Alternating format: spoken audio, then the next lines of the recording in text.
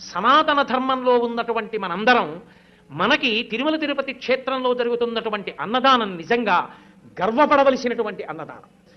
మీరు వెళ్ళి చూడండి, అక్కడ ఇప్పుడు ఒక పెద్ద గోడ ఒకటి ఆ నిర్మాణంలో వచ్చింది. ఆ గోడ మీద ఒక అద్భుతమైనటువంటి చిత్రాన్ని రూపకల్పన చేస్తున్నారు.